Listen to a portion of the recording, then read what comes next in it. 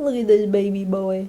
Welcome back, everybody. So today I wanted to sit down and share some new makeup that I've been using and wearing. And this is a makeup look that I've been wearing every once in a while whenever I have a little bit more time to do. And I love how it looks. It's just a smudgy, slightly smoky eye, but very easy to do.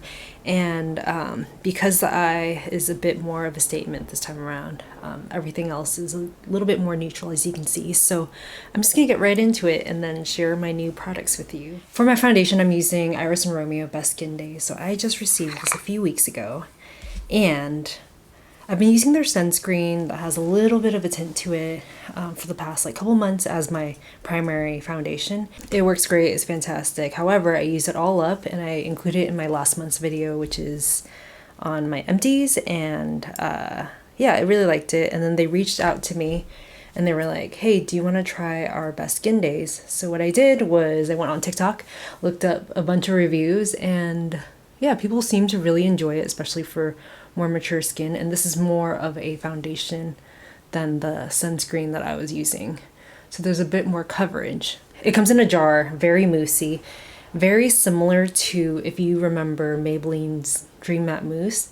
However, this isn't matte. This is a natural skin finish. So I'll use a little spatula and just take out a little bit. And I don't really use this as a sunscreen, although it does have SPF 30 in it. I have to apply a little bit of sunscreen beneath it before, which I already did here off screen, because I just don't think that having this much product on your skin is enough SPF. Blending it out quickly with a foundation brush.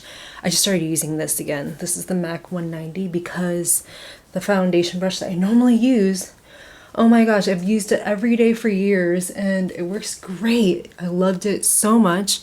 But just a couple of days ago when I was using it, hairs started falling out. So much hair, and it just keeps falling out, and I think it might be because of the way that I wash it. This is the Pro Foundation 47 from Sephora. They don't even make it like this anymore. It doesn't look like this, but it's a foundation brush that's slightly slanted. This is fantastic, however, it started falling apart, so I'm looking at all my other foundation brush options, and I decided to go with this classic paddle brush. I don't really see that many people still using a flat foundation brush like this. I've been using this for a few weeks now and I'm obsessed with it. I think it makes my skin look so good, and I mean, the SPF is a nice bonus, but I love the texture of it. I think it's so easy to apply. I even apply it with my fingers sometimes without a brush, and that looks great as well. The key with this is that you just apply a little bit at a time, and you can also layer it up to build the coverage. Yeah, I start with very little, blend it out, and then keep applying more and more. You know that this type of foundation brush came into popularity because Marilyn Monroe's makeup artist, I think Max Factor, used it on her. And when I was growing up, this was the only foundation brush that was really available. Now we have so many different options, like the one I'm going to use next, which is something that was really popular, I don't know, 10 years ago, maybe over 10 years ago. I started using this again. This is the Artiste brush. I believe this is number 8, though I can't see where it says. I have 3 different sizes, a much smaller one, which I think is meant for concealer, and then a much bigger one, which I think is meant for the body. But recently I watched a video from Lisa Eldridge, and she said that she likes to have 2 brushes.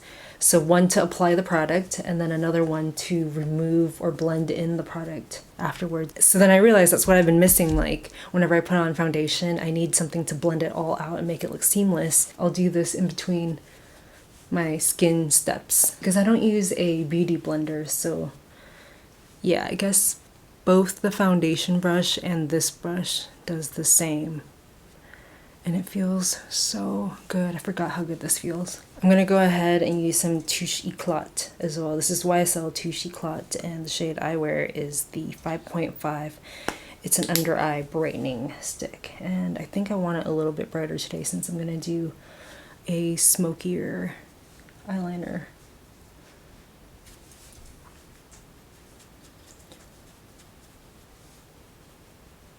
This is my favorite bronzer of all time. This is the YSL All Hours Hyper Bronze. It's supposed to have skincare benefits in it. It's a powder, so I wouldn't trust the skincare benefits with my whole heart, but the packaging is so luxe. The front looks like a little leather clutch, and it's kind of soft too, kind of squishy. The shade I have is number 4, and I've been using this really big brush from Jones Road to apply this bronzer, and it has a little bit of a red undertone to it, so it works well as blush for me also. I almost use it like a setting powder in a sense, but it just adds dimension back into my face, because if I'm wearing a full face of foundation, just like anyone else, if you're wearing a full face of foundation without putting bronzer or blush on afterwards, it just looks like flattening. It makes your face look one-dimensional. All right, let's talk blush. So I got these 3 from Armani Beauty. I've been trying out every color, but because the packaging itself doesn't have the color directly on the tube, I kept the packaging just in case. I have this one right here, which I didn't think would look good on my skin. It's called Rosy Pink. It's the number 50.5. I didn't think it would look good on my skin, but I wore it, I tested it out, and it shows up and it looks good. If you're on TikTok at all, there's a lot of people who will do swatches of white-based blushes on their skin. So from the lightest skin tones to the darkest skin tones, you can see what it looks like. Oftentimes blushes with white in it doesn't look good on very, very dark skin. And on me, sometimes it looks very ashy. So I had to test it out. Yeah, so I'm gonna use that one today. However, I did get 2 other colors. This is 62 Delicate Mauve. I love this color also. It doesn't show up quite as nice as this one on me, but it shows up and it looks good.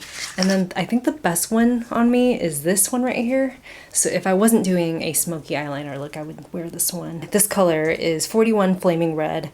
It's a red blush, which is very trendy right now. There's this beauty thing that's been going around where RMS, the owner of RMS, puts red blush on her Victoria's Secret models for years, like in the 90s. And yeah, she said that red blush looks more natural, and that's what she used on her models. And then people were using that soundbite to put red blush, but different brands, and she's like, if you're gonna do that, use my blush, but really use any blush that you have that's red, or even use lipstick. I know that most people have a reddish tone lipstick, so try that out and see if it works for you, you know? And again, with this brush, I'm just gonna try and smooth it back out right here. Another thing that I like to do after I apply blush is go back in with the bronzer and just do the lightest touch of it and put it directly on the blush again, just to set it in, and then also add some dimension to the blush. Okay, I need to set my eyes, so I'm going to use the Laura Mercier Eye Brightening Powder. No, Secret Brightening Powder for under eyes. I use this all over my eyes. Sometimes I even use this all over my face if it's a very special occasion. I love how this looks, and I love how it photographs. It's just different from their normal translucent powder. I feel like it's a little bit more long-lasting. I don't know. But yeah, I'll put this all over my eye and my under eye as well to set everything. This is the 24/7 Glide On Eye Pencil in the color Whiskey from Urban Decay. This is my daily eyeliner. It lasts so long, and I also have it in black. I know I need to sharpen it, but it actually works really well not sharp for me, because I'm gonna apply it really messily all over my top lash line, and then also a little bit on my under. And while it's still kind of emollient, just quickly spread it out or smudge it out. Because the thing with this liner is that it sets pretty quickly, and once it sets, it stays on there. It just stays in place.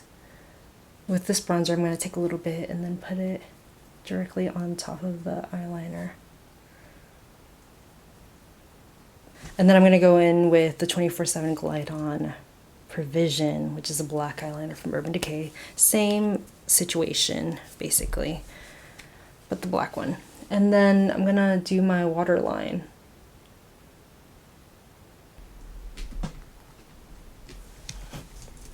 Sanu, my cat. This is my cat. This is Sanu. I've had this problem so long, but if you're doing your waterline and it's not staying and your pencil's just going back and forth and there's no color transferring off, what you need to do is take a Q-tip and then kind of dry your waterline quickly and then apply it, and then everything will work out. But if you were to just go in and like slide it back and forth and like the product isn't picking up, it means that your eyes or your eye waterline is too watery. Makes sense, right?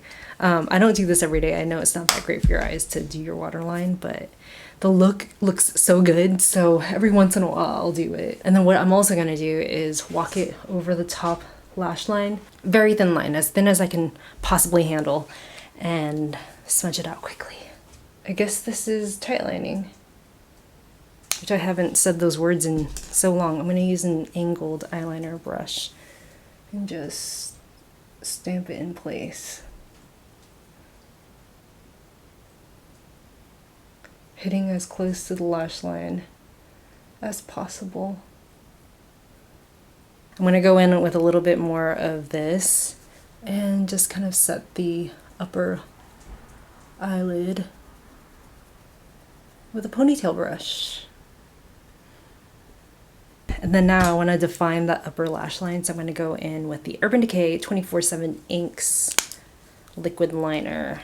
Look at this ergonomic grip. It's just perfect for fitting your hand right in.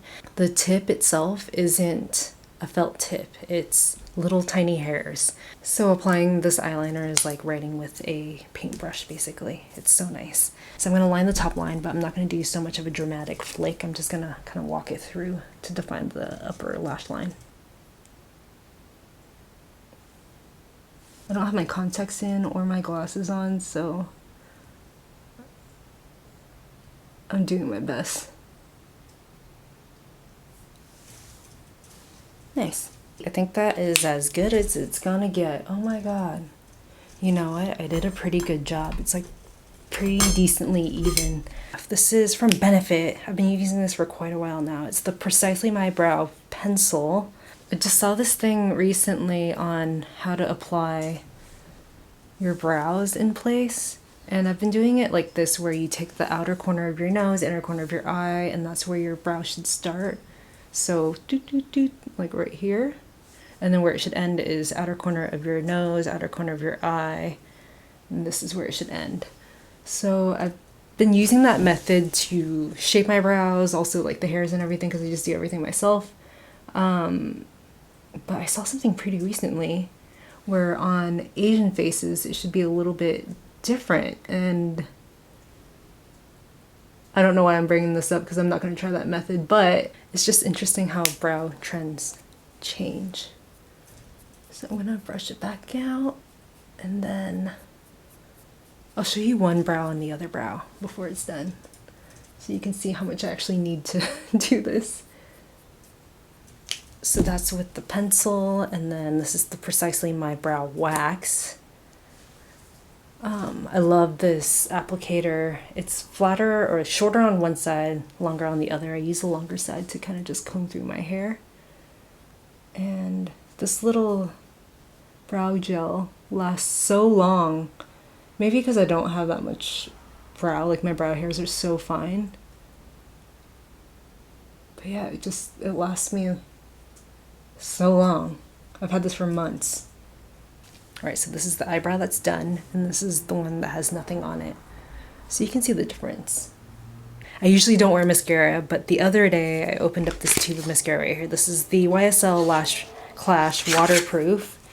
Look how cool this looks. Gotta curl the lashes first though. This one's from MAC, and I got this because, I mean, I mentioned this before, but I was in a masterclass with Rosemary Swift from RMS, and she talked about her favorite eyelash curler being the one from MAC. And though it has really poor reviews, I got it anyway, and it actually works really well. I've been so used to using the one from Shuamura, but it's kind of hard to get a hold of now. So this MAC one works great, and it's easy to find.